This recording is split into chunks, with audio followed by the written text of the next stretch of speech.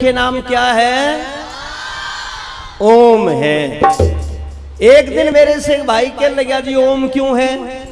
मैंने कहा देखो मैं किसी शास्त्र का प्रमाण दूं तो आपको शायद वो बात कम समझ में आएगी। मैं सीधी सी भाषा में आपको बताना चाहता हूं। जब हम रोटी खा करके डकार लेते हैं, बच्चों रोटी खा करके जब डकार लेते हैं ना, तो ईमानदारी से बताओ डकार के साथ में कौन सा नाम निकलता है? इन नतवांतियों को नहीं डकार, ये न्यूनाली बता रही है बस, ये तो न्यू निगले हैं, ठीक है ना? तो वो सीधी सी बात, रोटी खाने के बाद में डकार लेते हैं तो डकार के साथ में नाम निकलता है ओम। बहुत अच्छी बात। देखो जैसे रोटी खाई पेट में से एक गोला सा बन के चले, यहाँ सुंडी दो रहता है, चलता है ना, और वो जब बाहर निकलता है तो एकदम बड़ी बड़ी प्यारी मधुर आवाज निकलती है ओम। पर एक आधा निर्भाग ईसा होता है, इस ओम नाम ने भी बिगाड़ दे। जिसने भगवान के नाम से नफरत है ना, इस नालायक ने रोटी खाई, इसके पेट में तो ओम का नाम बन के चल गया। इसकी छाती तक भी ओम, इसकी गर्दन तक भी ओम, इसकी ठोडी तक भी ओम, इसके होठों के अंदर तक भी ओम। पर जब बाहर निकलने लग गया, जब बिगाड़ दिया, फिर ने बोला अरे रे मर गया रे, और थोड़े दिन में मर पावा निकम्मा। इसलिए परमात्मा का सबसे मुख्य निज नाम ओम है। उस ओम नाम को हमने याद करना चाहिए, जाप करना चाहिए, स्मरण करना चाहिए। अच्छा किस समय करना चाहिए? एक दिन एक भाई ने बोला जी सारा दिन कर लो। मैंने कहा खैर सारा दिन करने में भी कोई हर्ज नहीं है, लेकिन परमात्मा की स्तुति प्रार्थना उपासना 2 समय करें। कितने समय करें बच्चों? 2 समय करें। किस समय करें? एक तो जब सूरज निकलता है तब, और एक जब सूरज छिपता है तब।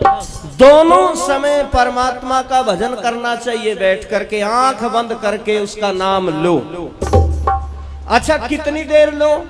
वैसे तो ऋषियों ने ये लिखा कि कम से कम न्यून से न्यून 1 घंटा सवेरे और 1 घंटा शाम को संध्या करनी चाहिए, परमात्मा का भजन करना चाहिए। लेकिन कुछ आलसी से भाई होते, एक ने बोला जी 1 घंटे से थोड़ा कम नहीं चल सकता क्या? हमने कहा भाई कम से कम आधा घंटा सवेरे, आधा घंटा शाम को जरूर करना चाहिए। और जब कंसेशन छूट मिलनी शुरू हो जाए ना, तो आदमी की लालसा बढ़ जा, लालच भी और मिल जा। बोला जी इससे कम में भी काम चल सकता है क्या? हमने कहा भाई 15 मिनट सवेरे, 15 मिनट शाम को। बोला जी थोड़ा सा और कम। हमने कहा 1 घड़ी 12 मिनट जो है सवेरे, 12 मिनट शाम, इतनी देर तो बैठ करके परमात्मा का भजन जरूर करना चाहिए। बोला जी इससे कम समय? तो ऋषियों ने एक बात कह दी यहाँ पर, भाई जो इतना भी समय भगवान के लिए नहीं निकाल सकते तो उसको फिर पैरों के अंदर पत्थर बांध करके किसी गहरी सी नदी में डूब करके मर जाना चाहिए। जो इतना समय भी परमात्मा के लिए नहीं निकाल सकते हैं, सारा दिन बकवास करने में लगे रह जाओगे, भगवान का नाम नहीं लेंगे। एक हमारे गांव में हमारी दादी थी, ऐसी निकम्मी थी, 80 साल की होके मर गई वो, लेकिन कभी परमात्मा का नाम नहीं लिया उसने। जब उसका आखिरी टाइम आया तो मरते वक्त उसके 4 बेटे थे, चारों उसके पास आए और ने बोले वो देख माँ ने कभी भगवान का नाम नहीं लिया, और आज तो कम से कम मरने से पहले 1 बार भगवान का नाम इसकी जुबान पर जरूर लेवाएंगे। बड़े वाला भाई ने बोला अरे माँ मरने मर जाओगी पर भगवान का नाम नहीं लेवेगी। बोले बच्चे चलो प्रयास करते हैं, कोशिश करते हैं। चारों बेटे जो है वो हमारी दादी के बारे जो सच्चे ताऊ थे ना, वो उसके पास में आए, आके ने बोले माँ 1 बार मरने से पहले न्यू कह दे ओम। और बुढ़िया में उस समय हिम्मत रह रही थी, बोल सकती थी, सांस को नहीं लेकर रहे थे, इसकी हिम्मत थी। ने बोले माँ न्यू कह दे ओम। और बुढ़िया जीव ना ला के ने बोली रे बेटा बोलिया नहीं जानता, या इतनी बड़ी लाइन तो बोल दी पर वह 2.5 अक्षर नहीं बोले। पर बच्चों ने बात घुमाई, ने बोले माँ के नहीं बोलिया जानता। भाई उलझ पुलझ हो के बिचड़ सी के न्यू कह दे ओम नहीं बोलिया जाता। ने बोले माँ क्या नहीं बोलिया जाता? ने बोली बेटा जो कुछ तुम बुलवाना चाह रहे हो ना यू नहीं बोलिया जाता। बोले वह नहीं बोलेगी। अब तो अपने पास में एक हथियार रह गया, वो अपनी बहन है ना कमला, उसका ब्याह हो रहा, शादी हो रही है, उसका बटेऊ का नाम ओम प्रकाश है। अपन यूं करें उस बटेऊ ने बुलावा जल्दी से, माँ के आगे खड़ा करके पूछेंगे माँ बताइए कौन? माँ कहेगी ओम प्रकाश। तो ओम प्रकाश था पहला ओम लाग गया, इसलिए भगवान का नाम बटेऊ के लारे लिया जाओगा। अब टेलीफोन कर दिया और वो मोटरसाइकिल पे बैठ कर आ गया, माँ के सामने खड़ा कर दिया। माँ के आगे ने बोले माँ देख तेरे से मिलने आया, कितनी दूर ते पिछाड़ के आंख खोल के न्यू बतायू कौन है। और बुढ़िया ने आंख खोल ली, पिछाड़ लिया और आंख फिर बंद कर ली। ये बोले माँ बता दे ना कौन है। बुढ़िया ने बोली रे मैंने पिछाड़ दिया, कौन है यूं? कौन है माँ? बस सारे कुंबे के कान खड़े हुए न्यू कहेगी ओम प्रकाश है। प्रिया के ओम प्रकाश कहने वाली थी, इसने तो पता था प्रकाश से पहले ओम लाग यार, ओम भगवान का नाम है, वो तो ने लेना नहीं। ने बोले माँ बता कौन है? बुढ़िया माथे पे त्योड़ी गिर के ने बोली रे कमला का बटेऊ है। और कौन था यू? खाम का मेरा दिमाग खराब कर रखा तुमने। तो उस टाइम भी इसने ओम प्रकाश नहीं कहा, भगवान का नाम नहीं लिया। तो परमात्मा का जो नाम नहीं लेते है ना सुना, उन व्यक्तियों के पास में आत्मिक बल नहीं होता। क्या नहीं होता? आत्मिक बल नहीं होता, यानी सुख और दुख को सहन करने की शक्ति पावर उन लोगों के पास आती है जो भगवान को दोनों समय याद करते हैं, उसकी वंदना करते हैं, उसकी स्तुति करते हैं, प्रार्थना करते हैं, उपासना करते हैं। इसलिए परमात्मा उनको सुख और दुख सहन करने की क्या देता है? शक्ति देता है, पावर देता है। तो इसलिए भगवान का नाम लेना चाहिए। और परमात्मा का नाम लेने के बाद में हमने ऋषियों का धन्यवाद करना चाहिए, जिन ऋषियों ने हमारे को ये वेद का मार्ग बताया, जिन्होंने सच्चाई का मार्ग बताया। अगर वो ऋषि इस धरती के ऊपर नहीं आते तो दादूपुर गांव के अंदर भी पता नहीं कितने पाखंड होते, कितने अंधविश्वास होते, कितने झाड़े झपटे लगाने वाले इस गांव के अंदर बैठे होते, कितने यहाँ पर अनर्गल प्रचार होते। समझो ये ऋषि दयानंद जी महाराज की कृपा है जो आज हम दावे के साथ ये कह सकते हैं कि अगर हिंदुस्तान में कोई प्योर आर्य समाजी गांव देखना है तो उस गांव का नाम है वह दादूपुर गांव। ठीक है ना? इसलिए उस ऋषि का भी धन्यवाद करो जिस ऋषि ने हमारे को महाभारत के पश्चात ये देश बिगड़ चुका था, अनेकों प्रकार की अविद्या यहाँ पर घर घर में फैल चुकी थी, लेकिन उस ऋषि ने आकर के हमें बचा दिया। और क्या किया? बहुत पुराना एक भजन है जो पहले वाले सज्जनों ने, बुजुर्गों ने सुना है, माताओं बहनों ने, लेकिन बच्चों ने उस भजन को नहीं सुना, क्योंकि मैं भी कई वर्ष में आया हूं। कई वर्ष में आपके बीच में आने का मौका मिला है। बीच में 2 वर्ष से तो कार्यक्रम ही नहीं हो रहे थे कोरोना की वजह से, लेकिन उससे पहले भी कई बार राम कुमार जी का फोन जाता था और जाते सुबह सिंह जी का, पर कई बार तारीख नहीं मिलती थी, समय नहीं मिलता था, इसलिए मैं आ नहीं पाया। तो कई वर्षों में अब की बार एक्सीडेंटल रूप से आपके लोगों के बीच में आया हूं। हाँ जय जी, एक्सीडेंटल रूप से। कार्यक्रम किसी और का था, उन्होंने मना कर दिया, बोले भाई गाड़ी में एक पहिया होता है ना फालतू, उसको क्या कहते हैं? स्टपनी। तो रामनिवास तो स्टपनी समझ के बुला लिया, भाई चलो अब स्टपनी का काम ले लेंगे। लेकिन कोई बात नहीं है, अगर गाड़ी में स्टपनी ना होना, रास्ते में पंचर हो जा, खड़े रहो, चुगर दे देखोगे, गाड़ी वाला भी दोनों रोएंगे खड़े हो गए। तो धन्यवाद करता हूं, आप लोगों ने स्टपनी के रूप में भी प्रयोग कर लिया, बहुत बहुत धन्यवाद। इसलिए आओ, मैं चर्चा कर रहा था, यदि वो ऋषि नहीं आता तो क्या स्थिति यहाँ पर होती। बड़ा पुराना भजन है, मैं सुना देता हूं। ये हमारी माताएं बहनें गाया करती हैं उस भजन को। नहीं, मेरा घर है, मैं कुछ भी कह सकता हूं। अच्छा मैं बताऊं आपको, इन बच्चों को नहीं पता, मेरी उम्र 15 साल की थी जब मैं पहली बार इस गांव में आया। बच्चों 15 साल की आयु थी जब मैं पहली बार इस गांव के अंदर आया। बच्चा सा था तुम्हारी तरह, हारमोनियम की ओट में खड़ा होकर गाता था ना तो मेरा सिर दिखा करता बस, क्योंकि मेज होती थी, मेज के ऊपर हारमोनियम होता था और खड़े होकर के मैं गाता था। उस समय अपने गुरुजी के साथ रहता था। तो 15 वर्ष पहले यानी 15 वर्ष की आयु में आया और अब की बार 13 अप्रैल को 58 वर्ष का हो गया। तो कितने साल पहले आया था इस गांव के अंदर? 43 वर्ष पहले इस गांव के अंदर बालक सा था जब आया था। तो मेरा तो घर है, मेरा तो गांव है और कभी भी मैं आ सकता हूं। मुझे इस बात के राम कुमार जी कह रहे थे धन्यवाद। धन्यवाद तो उनका होता है जो ज्यादा मरोड़ वाले होते हैं, मैं तो अपने घर का हूं भाई। इसलिए आइए मैं आप लोगों के बीच में चर्चा कर रहा था। ये मेरी बहनें गाया करती हैं कई बार उस गीत को और बड़ी प्यारा लगता है वो गीत। हमारी आर्य परिवार की महिलाएं गाती हैं और क्या कहा करती हैं ये? आर्य समाज के जलसे में प्रचार में गाती हुई आया करती, घर से टोली बना बना के।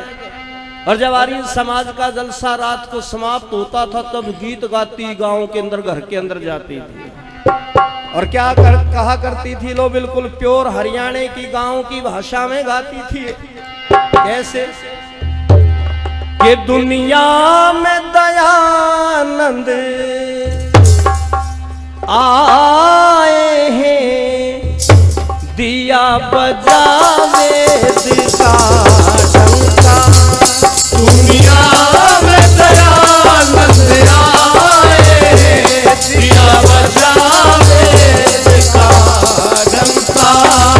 दुनिया में दयानंद आए हैं, दिया बजावे दिशा डंका।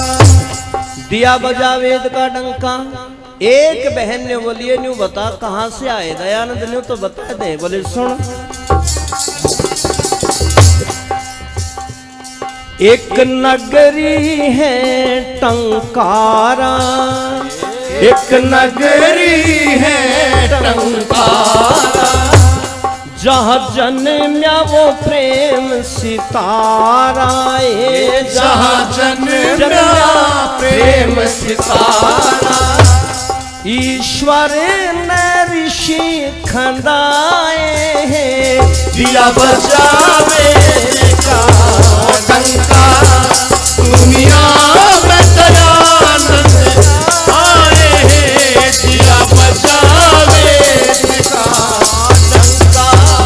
दुनिया में दयानंद आए, दिया बजावे का डंका। निवोली बहन गुजरात प्रांत के मोरबी जिले में टंकारा गांव में एक ब्राह्मण के घर में, जिनके पिता का नाम था कृष्ण जी तिवारी। देखो बच्चों, महर्षि स्वामी दयानंद जी महाराज जिनके बचपन का नाम था मूल शंकर। क्या नाम था? याद करो ये चीजें, क्या नाम था? मूल शंकर। और उनके पिताजी का नाम था कृष्ण जी तिवारी। क्या नाम था? हाँ, देखो ये चीजें आप याद रखेंगे, आपको कोई पूछेगा तो झटपट बता सकोगे। इसलिए मूल शंकर के पिताजी का नाम क्या था? इतनी देर में भूल गए। हाँ, कृष्ण जी तिवारी। और उनकी माता जी का नाम क्या था? कोई बच्चा बताएगा? किसी को याद हो तो हाथ खड़ा करें। बालक मूल शंकर की माता जी का क्या नाम था? बगैर नकल करे। और जो बच्चा इन आगे वालों में से बताएगा उसे 50 रुपए इनाम के दूंगा। 50 नहीं 100 दूंगा, 100 रुपए। इन बच्चों में से कोई भी बालक बताएगा मूल शंकर की माता जी का क्या नाम था? पिताजी का नाम तो मैंने बता दिया, पिताजी का क्या नाम था? ये 2-3 गुड़िया, 2-3 बेटियों को याद है। ये तो न्यू देख रहे मेरे का नहीं। रसगुल्ले थोड़ा ले रहे, मुंह में डाल दूंगा, इसलिए ध्यान से सुनना चाहिए बच्चों। उनकी माता जी का नाम था माता अमृतबेन। क्या नाम था? वाह वाह, देखो ये बातें याद रखोगे तभी तो कुछ समझ में आएगी ना बातें। आपको कोई पूछ ले भाई कहाँ के रहने वाले हो, आप कहोगे जी हम तो दादूपुर कला के रहने वाले हैं। और कोई नहीं कहेगा भाई दादूपुर कला वो गांव जो आर्य समाजी गांव है, और आप कहोगे हाँ जी हमारा गांव आर्य समाजी गांव है। हमारे गांव के हर घर के सामने ऋषि दयानंद का फोटो और गायत्री मंत्र की नेम प्लेट, बहुत सारे घरों पे ओम के झंडे लगे हुए हैं। तो आपसे कोई पूछ ले कि ये आर्य समाज ऋषि दयानंद ने बनाई, तो भाई ऋषि दयानंद जी की माँ का नाम क्या था? तो क्या बताओगे आप? वाह, इन बेटियों के लिए ताली बजाओ एक बार जोरदार, बहुत अच्छे बच्चे हैं। बालक मूल शंकर, देखो ऋषि दयानंद का बचपन का नाम क्या था? एक बार फिर दोहराएंगे, क्या नाम था? मूल शंकर। और पिताजी का क्या नाम था? श्री कृष्ण जी तिवारी। और माताजी का नाम क्या था? माता अमृत बहन। तो ये नाम थे उनके। तो वो बहन कहती है, बोलिए मेरी बहन, गुजरात प्रांत के मोरबी जिले में टंकारा गांव में माता अमृत बहन की कोख से पिता कृष्ण जी तिवारी के घर में बच्चा पैदा हुआ जिसका नाम था ऋषि दयानंद। बाद में बड़े बेटा, बचपन का नाम मूल शंकर, ठीक है ना? कोई बात नहीं, जब तक याद नहीं होगा कितनी बार बताना पड़ो हम बताएंगे आपको। इसलिए उस बालक का नाम क्या था? मूल शंकर, ठीक है ना? अच्छा, मूल शंकर नाम रखने के पीछे भी कोई लॉजिक था, इसके पीछे भी इतिहास छुपा हुआ है। मूल शंकर इसलिए नाम रखा गया क्योंकि पिताजी शिव जी के पुजारी थे। किसके पुजारी थे? शिव जी के पुजारी थे, इसलिए बालक का नाम मूल शंकर रखा गया। तो यूं बोलिए बहन, गुजरात प्रांत में पैदा हुआ वो बालक, एक न्यू बोली न्यू बता मेरी बहन, ये टंकारा गांव कहाँ पड़ता है, किस दिशा में है? ने बोली अपने से हरियाणा से। बोली हाँ, तो लो सुनो।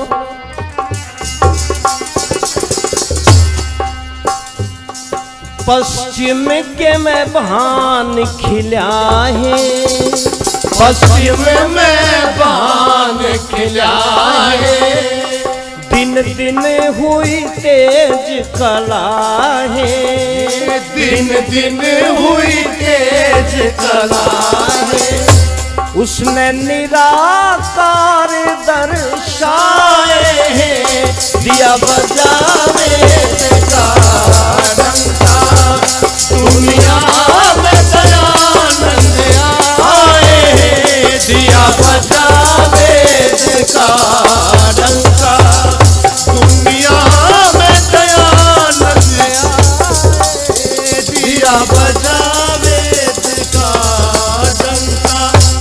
यो वाली बहन अपने से पश्चिम में पैदा हुए, पश्चिम में। एक ने बोली अच्छा ये बता, नाम भी बता दिया मूल शंकर, माताजी का नाम भी बता दिया माता अमृत बहन, पिताजी का नाम भी बता दिया, क्या बताया? पूछता रहूंगा जब तक याद नहीं होगा सबको, ठीक है ना?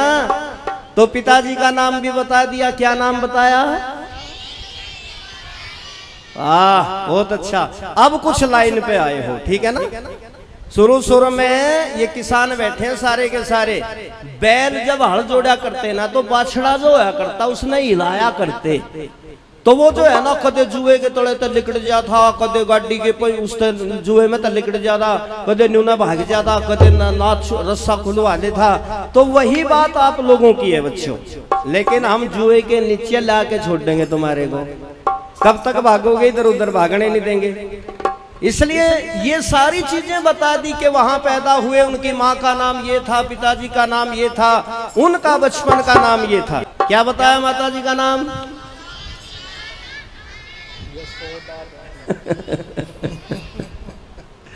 अभी भी फेल हो। अच्छा ये बेटी नहीं बताएंगी, इधर वाली टीम बताएगी। क्या नाम था मूल शंकर की माताजी का बच्चों? तो जब के क्यों शर्मा रहे थे? जेठ लागू थारा, फिर बताना चाहिए था ना। अच्छा, माता जी का नाम क्या बताया और पिताजी का नाम?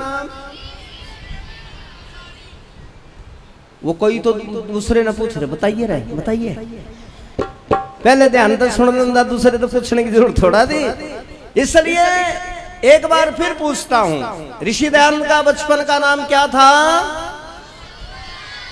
नहीं आई आवाज अब की बार भी। मूल शंकर। और पिताजी का नाम क्या था? माताजी का नाम क्या था? पैदा कहां हुए थे? हैं, सिरसी में? अरे वाह, इसने सुनो ध्यान से। जहां पैदा हुए थे उस स्थान का नाम क्या था? टंकारा गांव। और ये टंकारा गांव कौन से प्रांत में पड़ता है? गुजरात में। कहां पर पड़ता है? गुजरात में। और गुजरात में टंकारा गांव कौन से जिले में पड़ता है? मोरवी जिले में। याद करो, कौन से जिले में? मोरवी जिले के अंदर। इसलिए छोटी छोटी सी बातें हैं, ये याद रखनी है आपने। फिर एक बहन ने उस आर्य बहन से कहा है, ये बता फिर उसने काम क्या क्या करे। अब जब काम की लिस्ट जुड़ने लगी तो बहुत लंबी लिस्ट जुड़ गई। बोलिए बहन, बहुत सारे काम करे, मैं थोड़े समय में कैसे बता दूं? बोली अच्छा चल, सारे काम छोड़ करके ये बताओ महिलाओं के लिए क्या काम करें, स्त्री जाति के लिए। मेरी बहनों माताओं सुनो ध्यान से, आपके लिए जो ऋषि दयानंद जी महाराज ने कार्य किए, ने बोली ये बता के हमारे लिए, महिलाओं के लिए, स्त्रियों के लिए ऋषि दयानंद ने क्या क्या काम किए। समय हो गया वैसे मेरा रोड़े में, शोर शराबे में। अच्छा 10 बजे तक है गई, तो 9:10 लिख रखा था। अच्छा ठीक है, ठीक, अभी है टाइम। हाँ हाँ ठीक है अभी। अरे वाह राम कुमार जी, बहुत धन्यवाद भाई साहब। रात तो सबके लिए है, मेरे खातर होता तो सारे ना दिन में छोड़ दूं, फिर रात सबके लिए है ना। तो इसलिए सुनो, अब तीसरी बात यहां पर आई कि काम क्या करे, और काम भी महिलाओं के लिए क्या करे, स्त्री जाति के लिए क्या क्या। तो आर्य बहन वो क्या कहती है, ने बोली सुन, सबसे बढ़िया काम क्या किया ऋषि दयानंद जी ने हमारे लिए। कहीं गुरुकुल कहीं पाठशाला, कहीं गुरुकुल कहीं पाठशाला, कहीं खुला वेद विद्यालय, कहीं खुला वेद विद्यालय।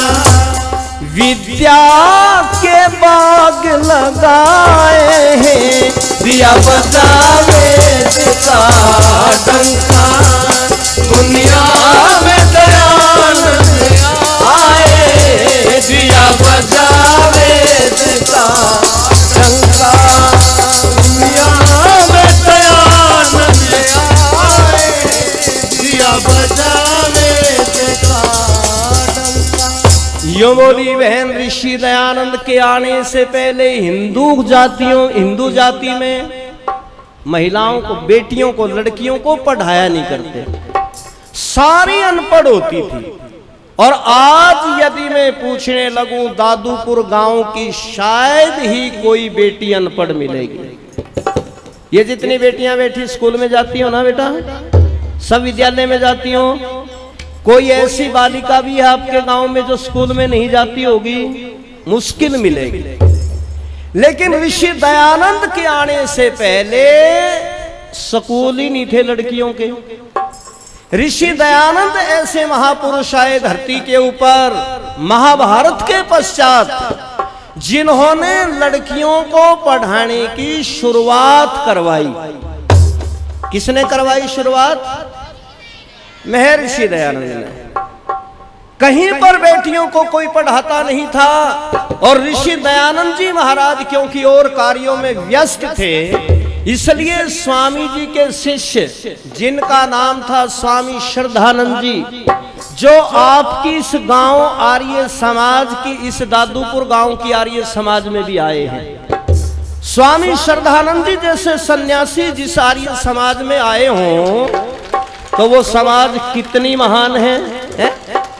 तो वो स्वामी श्रद्धानंद जी, उन्होंने सबसे पहले पुत्री पाठशाला खोली। और कहां खोली? लो, ये भी बात आप याद रखो, याद करनी है चीजें आपको, मेरी बेटियों आप भी याद करेंगे, बस अब ताली नहीं बजाएंगे। सबसे पहले भारत में कन्या पाठशाला कहां खुली? बताएगी कोई बेटी? किसी को पता है? आप में से किसी को पता है? बच्चों को नहीं पता होगा। अगर कोई 100 का नोट मेरा बाहर ही रखा है, कोई बेटी बता सकती हो तो बता दो। नहीं, थारे में तो खरबूजे खाऊ, कोई नहीं बता सकता।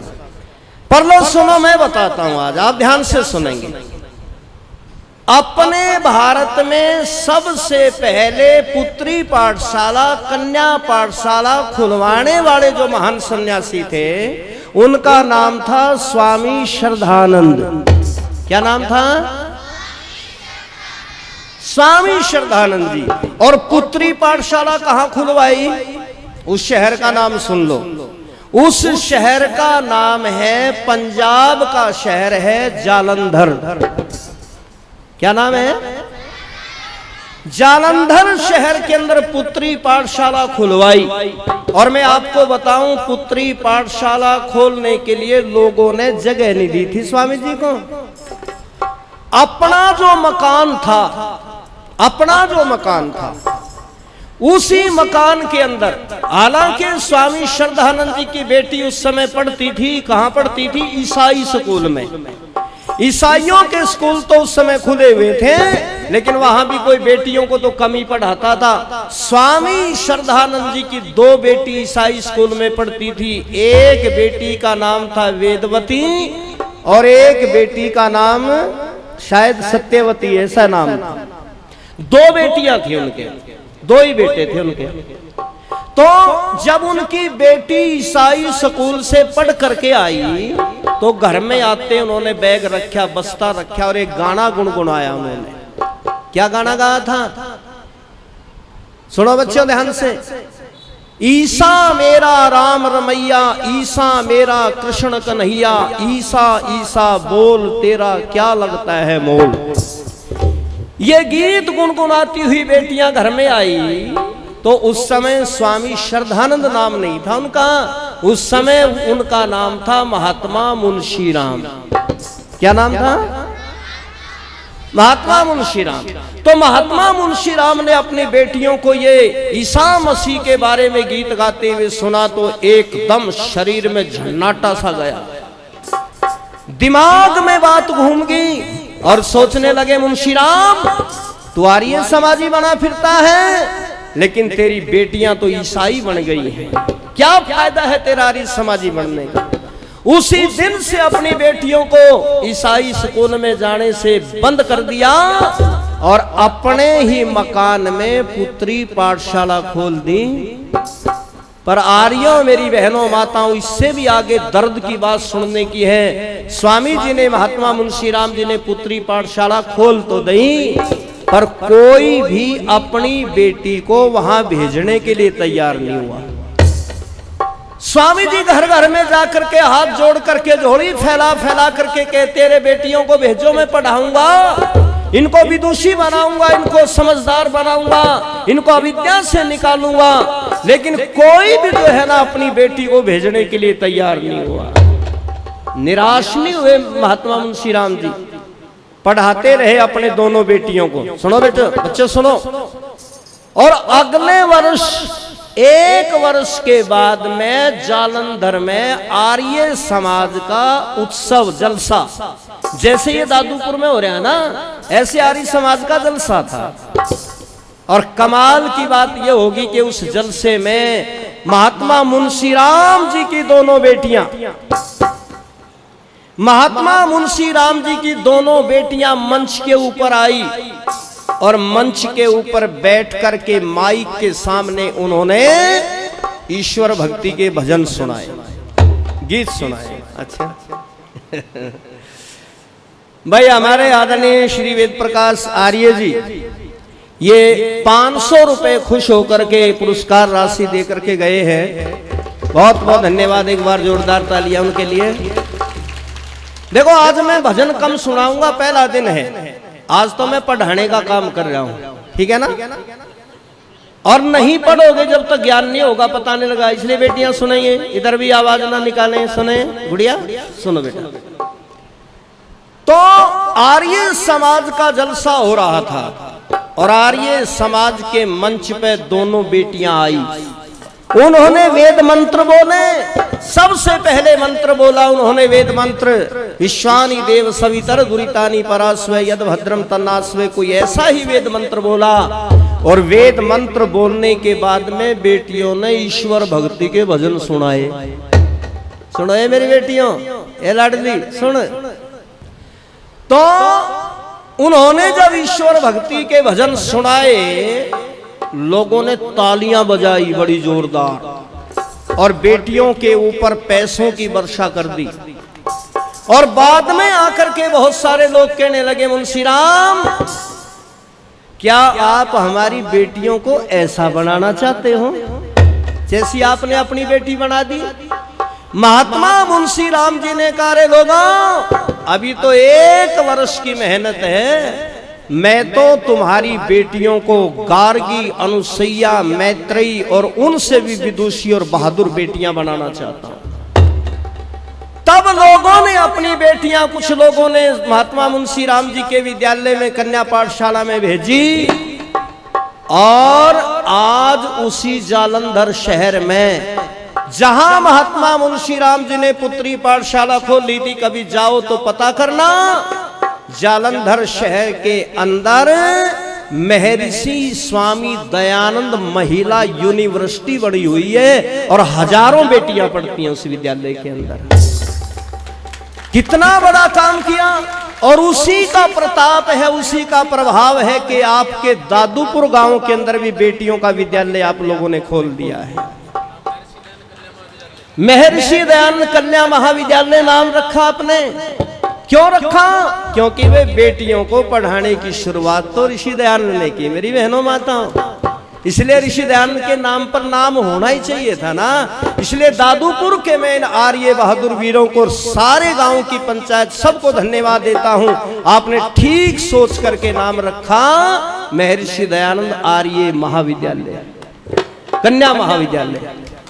धन्यवाद देता हूं, बधाई के पात्र इस बात के लिए। तो एक बात आपने याद करी कि नहीं इसमें, भाई बेटियों को पढ़ाने की शुरुआत हिंदुओं में सबसे पहले किसने करी? महर्षि दयानंद जी महाराज ने प्रेरणा दी और पुत्री पाठशाला सबसे पहले किन्होंने खुलवाई? स्वामी श्रद्धानंद जी महाराज ने। और एक काम तो बहुत ही बड़ा कर दिया। कौन सा काम? आर्य बहन बता रही है ने, बोलिए ये कर दिया। कौन सा? यहाँ विधवा नित रोवे थी, यहाँ विधवा नित रोवे थी, ईसाई मुसलमान होवे थी, ईसाई मुसलमान होवे थी। उसने पुनर्विवाह करवाए हैं, दिया बजावे का डंका, दुनिया में दयानंद आए, दिया बजावे का डंका, दुनिया में दयानंद आए, दिया बजावे का। मंच का जो संचालन कर रहे हैं हमारे युवा आर्य अमित जी, वो 200 रुपए पुरस्कार के रूप में दे रहे हैं। मैं उनको बहुत बहुत धन्यवाद देता हूँ, एक बार तालियां उनके लिए भी। तो कौन सा काम किया सबसे बढ़िया? विधवाएं रोती थी, विधवाएं। अरे बच्चों आपको उन बातों का पता नहीं है, अपने बड़े बूढ़ों से पूछना, बाबा आदि से, वो बताएंगे आपको कितना अत्याचार, कितना जुल्म इन महिलाओं के ऊपर होता था, नारी जाति के ऊपर। बार बार ये बातें बतानी पड़ती हैं, कभी वो बुराई समाज में दोबारा फिर ना आ जाए, इसलिए आर्य समाज के ये विद्वान, ये भजनोपदेशक, ये सन्यासी बार बार लोगों को बताते रहते हैं कि भाई ये बुराई होती थी समाज में। कौन सी बुराई थी? तो सुनो ध्यान से। अगर कोई महिला, कोई लड़की जवानी में विधवा होगी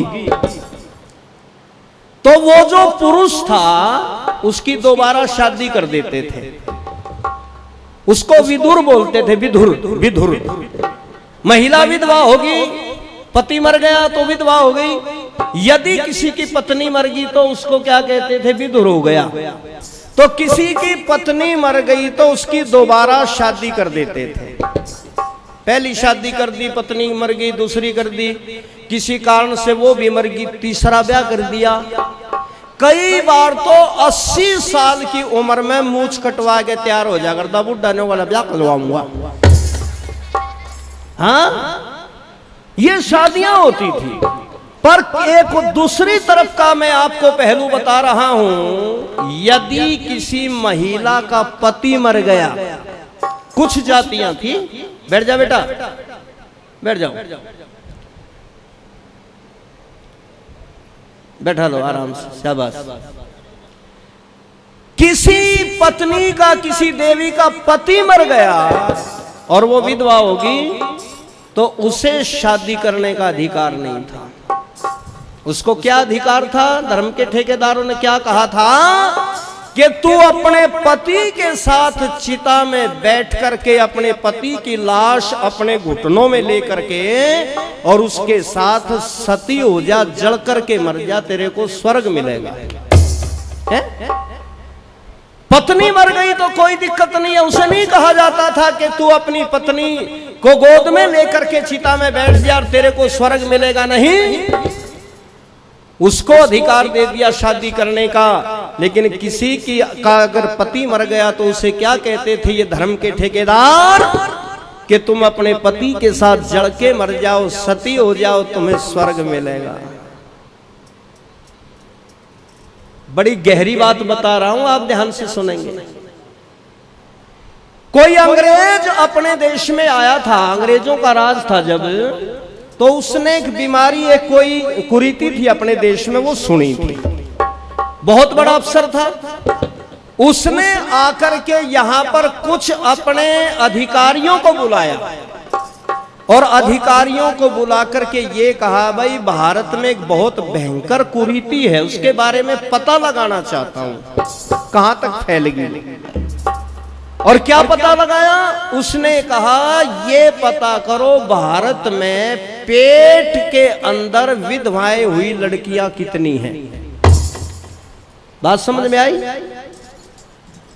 कितनी लड़कियां भारत में ऐसी हैं जो मां के पेट में विधवा होगी। और दूसरी बात उस अंग्रेज अधिकारी ने कहा कि ये पता करो जन्म से लेकर के 5 वर्ष की आयु की कितनी विधवा है। और तीसरी बात उन्होंने कही कि ये पता करो कि 5 वर्ष से 15 वर्ष के बीच की कितनी विधवाएं हैं और उससे आगे कितनी विधवाएं हैं, सारे के सारे आंकड़े निकाल करके लाओ। ध्यान दे करके सुनेंगे, आपको बड़ा दर्द होगा सुन करके। अधिकारियों को ड्यूटी लगाई, गांव गांव शहर जाकर के पता किया, मंदिरों में पता किया, क्योंकि अधिकतर लड़कियों को मंदिरों में देवदासियों के नाम पर चढ़ा दिया जाता था। विधवाओं को वेश्यालयों के अंदर जाकर के भी उन वेश्याओं के कोठों के ऊपर भी पता किया। तो आपको सुनकर के बड़ा दुख होगा, भारत में 20 लाख लड़कियां ऐसी मिली जो मां के गर्भ के अंदर विधवाएं हो चुकी थी, मां के पेट के अंदर विधवा हो चुकी थी। लेकिन आपको शायद ये बात समझ में नहीं आई होगी जी, विधवा पेट में कैसे होगी? विधवा तो जब होती है जब ब्याह हो जाता है, और ब्याह होने के बाद में पति मर जाता है तभी होती है ना, पेट में कैसे होगी? आप समझेंगे इस बात को। वो ऐसे होगी कि आपस में बातें करते थे। एक दूसरे गांव का आदमी होता था, एक दूसरे गांव का रिश्तेदार, और दोनों बैठ करके एक सलाह करते थे। कहते थे भैया मेरे घर में मेरी पत्नी के पेट में बच्चा है और इधर से तुम्हारी पत्नी के पेट में बच्चा है। भाई आज से हमने तय कर दिया तेरे घर में बेटी होगी, मेरे घर में बेटा होगा, तो दोनों का ब्याह हो गया। अगर मेरे घर में बेटी होगी, तेरे घर में बेटा होगा, जब भी ब्याह हो लिया तो होगी तय बात, शादी तय कर दी, होली। लेकिन किसी कारण से दुर्भाग्यवश जो दूसरी तरफ पेट में बच्चा था, लड़की तो पैदा होगी, पर दूसरी तरफ जो पेट में बच्चा था वो लड़का था या कुछ था, क्या था, वो पेट में मर गया या पैदा होते मर गया। तो वो लड़की बेचारी जो माँ के गर्भ से बाहर आती थी ना, विधवा के रूप में आती थी। पैदा होते उसको सफेद कपड़े पहना दिए जाते थे। जब वो बेटी 5 वर्ष की हो जाती थी मेरी बहनों माताओं, उसके हाथ में कटोरा दे दिया जाता था, हाथ में एक लाठी पकड़ा दी जाती थी और उसे कहा जाता था कि भिक्षा मांग करके खाना खा, किसी के यहाँ से भीख मांग करके खा। और उस लड़की के सर के बाल कटे होते थे, सफेद बाणा होता था, लाठी हाथ में लेकर के, कटोरा हाथ में लेकर के जब भीख मांगने के लिए निकलती थी तो रास्ते में जो आदमी पुरुष देखते थे रास्ता छोड़ देते थे, टल जाते थे। इस विधवा के दर्शन हो गए, कुलक्षण हो गए, आज पता नहीं दिन अच्छा रहेगा या नहीं रहेगा। उनको धिक्कारा जाता था कि इस देश के अंदर लाखों लड़कियां विधवा के रूप में मिली।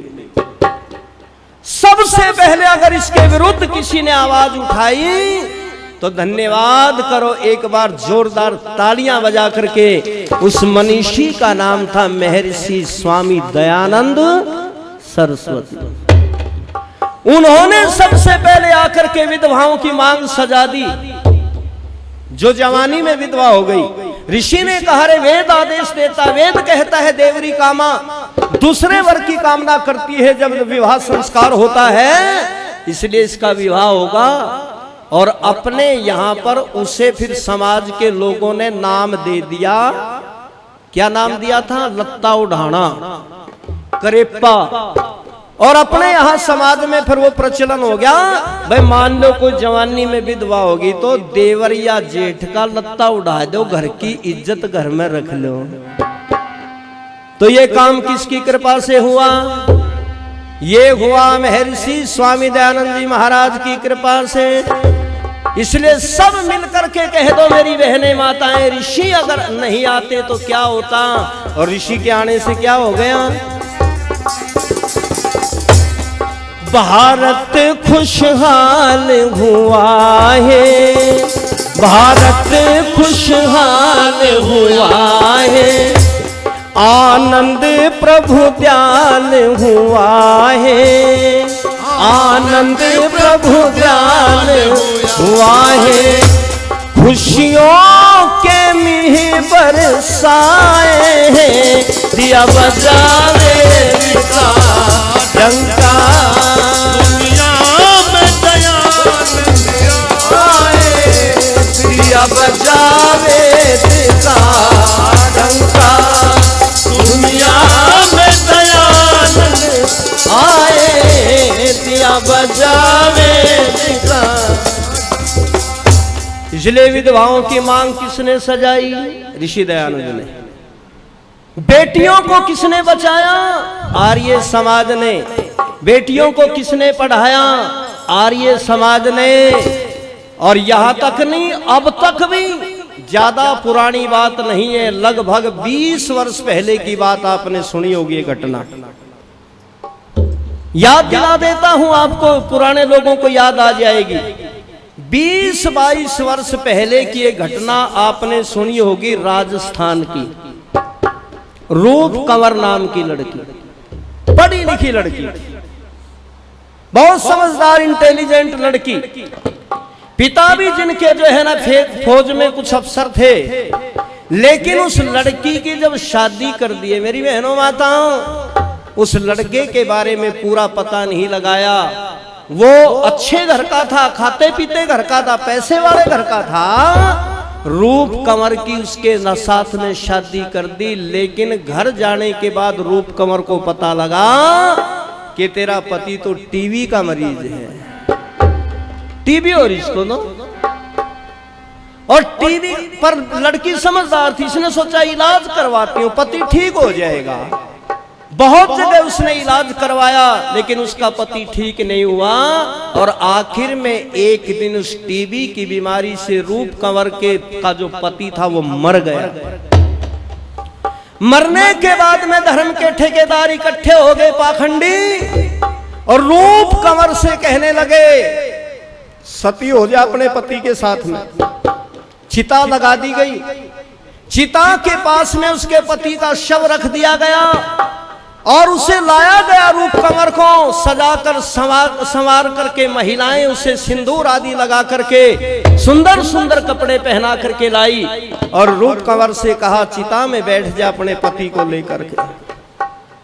रूप कंवर रोती है, चिल्लाती है, अपने पिता के पास में कहीं से सूचना दे दी उसने, लेकिन जब तक पिताजी आते उससे पहले तो कुछ और भयंकर घटना घट गई।